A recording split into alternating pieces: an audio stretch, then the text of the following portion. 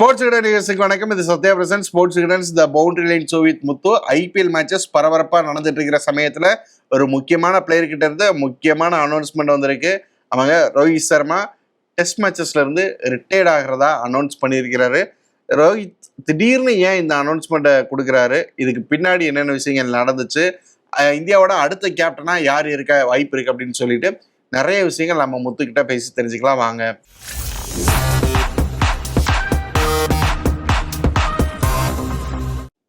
சரி, இந்த ஐபிஎல் தாண்டி இன்னைக்கு ஐபிஎல் மேட்ச் போயிட்டு இருக்கிறப்போ ஒரு முக்கியமான நியூஸ் வந்துச்சு. ரோஹித் ரிட்டையர்மெண்ட் டெஸ்ட் மேட்ச்ல இருந்து. ஸோ என்ன எதிர்பார்த்தீங்களா இப்படி ஒரு ரிட்டையர்மெண்டா?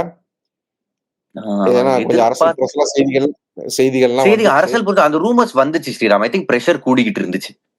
ஸோ அது உண்மைதான். ஏன்னா பார்டர் கவாஸ்கர்ல என்ன நடந்துச்சுன்னு நம்ம பார்த்தோம். ஸோ ஓவராலா அவரோட பேட்டிங்லேயே ரன்ஸ் வரல. கடைசி மேட்ச் அவரே தானே டிராப் பண்ணிக்கிட்டாரு.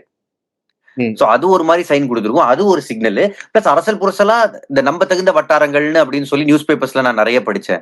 பட் அது மோஸ்ட் ஆஃப் த டைம் 50% ட்ரூவா இருக்கும், 50% ஃபால்ஸா இருக்கும். பட் முந்தானே கௌதம் கம்பீர் ஒரு பிரஸ் கான்ஃபரன்ஸ்ல ஏதோ ஒரு ஈவெண்ட்ல அவர் பிரஸ் கான்ஃபரன்ஸ் சொன்னாரு, we will respect Rohit and his legacy. நான் என்ன நினைச்சேன்னா, மேபி ரோஹித்தை பத்தி ஏதோ ஒரு கேள்வி கேட்டப்ப அவர் இந்த பதில் சொன்னாரான்னு நான் நினைச்சேன். பட் அதுக்கு பின்னாடி இப்படி ஒரு மீனிங் இருக்குன்றது நான் இது பண்ணல. ஸோ ஐ திங்க் டீம் மேனேஜ்மெண்ட்குள்ளே இந்த டிஸ்கஷன் இருந்திருக்கு கொஞ்ச நாட்களா. அண்ட் இப்போ அந்த டெசிஷன் வந்திருக்கு. பட் எனிவேஸ் அவரோட பர்சனல் டிசிஷன் தான். அப்படி இல்லைன்னா நீங்க வேணா தூக்கிக்கோங்க அப்படின்னு கூட அவர் சொல்லிருக்கலாம். ஸோ இது ஓவராலா ஒரு கலெக்டிவ் கால் தான். நம்ம இதை பத்தி பெருசா பேசுறதுக்கு எதுவும் இல்லை. பட் டெஃபினெட்லி அவரோட லெகசி ஒரு பெரிய லெகசி. ஸோ நம்ம வாழ்த்துக்கள் மட்டும் தான் தெரிவிக்கணும் ரோஹித் சர்மாவுக்கு. அவர் இங்கிலாந்து இந்த சீரீஸ் ஆடுறது கீனா இருந்த மாதிரி தான் தெரியுது. ஏன்னா அந்த பார்டர் கவாஸ்கர் டிராஃபி முடிஞ்சோடனே எல்லா பிளேயர்ஸுமே டொமஸ்டிக் ஆடணும்னு சொல்றாங்க. அப்ப இவரும் ஆடதான் செய்யறாரு, டொமஸ்டிக்ல ஆடுறாரு. அப்புறம் ரீசெண்டா ஒரு இன்டர்வியூ எல்லாம் கூட கொடுத்திருந்தாரு. நான் இங்கிலாந்து சீரீஸ்க்காக ரொம்ப எக்ஸைட்டிங்கா காத்துட்டு இருக்கிறேன் அப்படிங்கிற மாதிரி எல்லாம் இன்டர்வியூஸ் எல்லாம் கொடுத்திருந்தாரு. ஸோ இதெல்லாம் பாக்குறப்போ பார்த்தோன்னா அப்புறம் அந்த பார்டர் கவாஸ்கர் டிராஃபில அவரையும் டிராப் பண்ணியிருப்பாரு ஒரு மேட்ச்ல.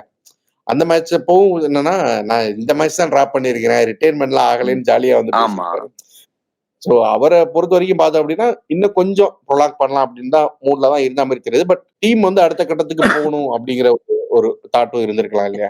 இல்ல அதுதானே கௌதம் கம்பீர் சொல்லியிருந்தாரு. நான் கேள்விப்பட்டிருந்தேன், இப்போ இந்த WTC சைக்கிள் முடிஞ்சாச்சு, இந்தியா குவாலிஃபை ஆகல, ஃபைனல்ஸ் விளையாட போறாங்க. ஐபிஎல் முடிஞ்ச உடனே அடுத்த ஒரு 10 நாள்ல விளையாட போறாங்க. ஆஸ்திரேலியா மற்றும் சவுத் ஆப்பிரிக்கா விளையாட போறாங்க. சோ இப்ப இனிமே டீமோட ப்ரிப்பரேஷன் அடுத்த சைக்கிளை நோக்கி தானே இருக்கணும். சோ அடுத்த சைக்கிள்ன்றது ஒரு 2 வருஷ சைக்கிள். அந்த 2 வருஷமும் ரோஹித் சர்மா டீம்ல இருப்பாரான்றத டீம் மேனேஜ்மெண்ட் யோசிச்சிருப்பாங்கல்ல. இப்ப இருக்கலாம், இங்கிலாந்து சீரீஸ் அவர் விளையாடலாம். பட் அவர் இன்னும் 2 வருஷம் இருப்பாரா? ஏன்னா யங்ஸ்டர்ஸ் கதவை தட்டிக்கிட்டு இருக்காங்க. சோ அந்த கால் டீம் மேனேஜ்மெண்ட்டுக்கு ஒரு பெரிய காலா இருந்திருக்கும். செலக்டர்ஸும் சரி, கௌதம் கம்பீரும் சரி, இது ஒரு பெரிய காலா இருந்திருக்கும். ரோஹித் சர்மாவையும் கன்சென்சஸ்ல எடுத்திருப்பாங்க. லைக் 2 வருஷத்துக்கு நாங்க பாக்குறோம். சோ இந்த இங்கிலாந்து சீரீஸ் ஒரு எடுத்தோடனே ஒரு அவே டூர் ஒரு புது கேப்டனுக்கு கஷ்டம். அதையும் நான் சொல்லிடுறேன். நார்மலா ஜாலியா ஒரு ஹோம் சீரீஸ்ல ஜெயிச்சுட்டு அங்கேயே எக்ஸ்பீரியன்ஸ் எடுத்துட்டு போகலாம். பட் எடுத்தோட ஒரு பெரிய டெஸ்ட் காத்துக்கிட்டு இருக்கு யாரா இருந்தாலும். இப்போதைக்கு சுப்மன் கில் ஃப்ரண்ட் ரன்னர் நான் நினைக்கிறேன். லைக் செலக்டர்ஸ் என்ன நினைக்கிறாங்கன்னு எனக்கு தெரியல.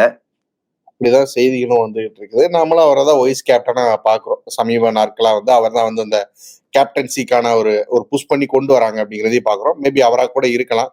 இருந்தா அது பெரிய ப்ரெஷர் தான் இல்லையா? 5 மேட்ச் இங்கிலாந்துல போய் ஆடுறது அப்படிங்கிறது ரொம்ப பெரிய பிரஷர் ஸ்ரீராம். அண்ட் சுப்மன் கில்லுக்கு ஓவர்சீஸ் ரெக்கார்ட் ரொம்ப ரொம்ப சுமாரா இருக்கு டெஸ்ட்ல.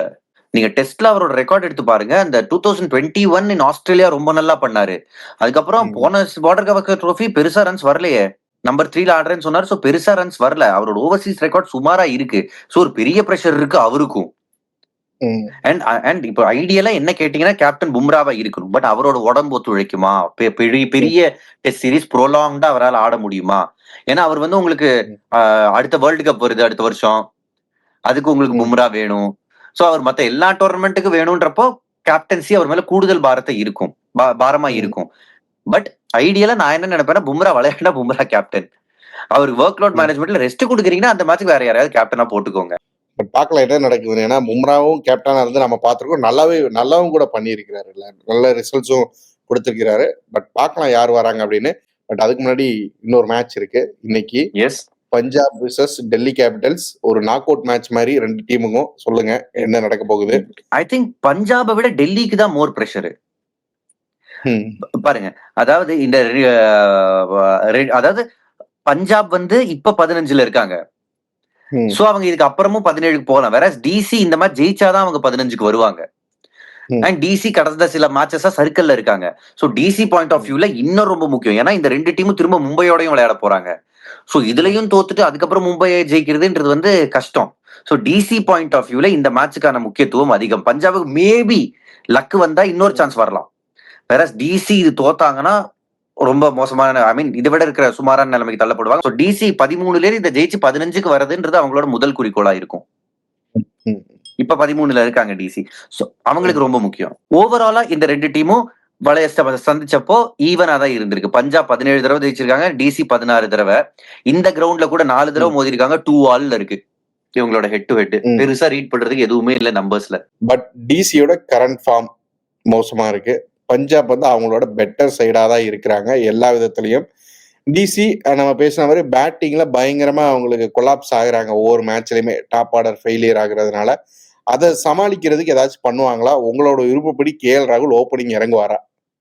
இறங்கணும் ஸ்ரீராம். நானும் திரும்ப திரும்ப சொல்லிக்கிட்டு இருக்கேன். பெஸ்ட் பேட்டருக்கு மோஸ்ட் நம்பர் ஆஃப் பால்ஸ் கொடுங்க. அவர் 60 பால் ஆடினா 100 ரன் அடிப்பாரு KL ராகுல். அதை பண்ணல. ஒரு மிடில் ஆர்டர் விளையாடுறாருன்னா எனக்கு ஓகே. பட் ஓபனர்ஸ் நல்ல ஸ்டார்ட் கொடுக்கணுமே. மறுபடியும் 6க்கு 2, 10க்கு 2, 30க்கு 2ல KL ராகுல் பேட்டிங் வந்தா யூஸே இல்ல. பவர் பிளே முடியற 4வது ஓவர் 5வது ஓவர் வராரு. போன மாசம் 2வது ஓவரே வந்தார், வேற விஷயம். பட் 4வது ஓவர் 5வது ஓவர் 2 விக்கெட் இழந்ததுக்கு அப்புறம் KL ராகுல் வந்தா அவர் இன்னிங்ஸ் எடுத்துட்டு போக பாப்பாரா இல்ல பவர் பிளே யூஸ் பண்ண பாப்பாரா? அங்க டைலமால மாட்டிக்கிறாரு அவரு. சோ அவரை நம்பி நீங்க மேல கொடுங்க.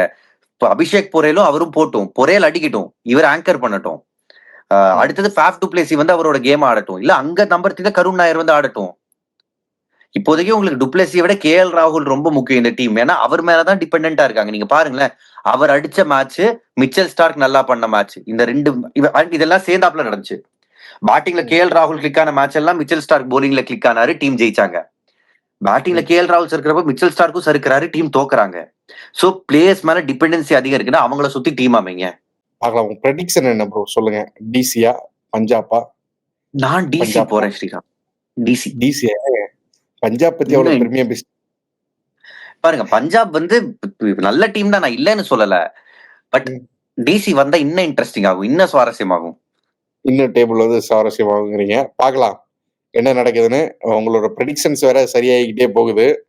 பார்க்கலாம் என்ன நடக்குதுன்னு. Thank you so much. Thank you Sriram. Thank you.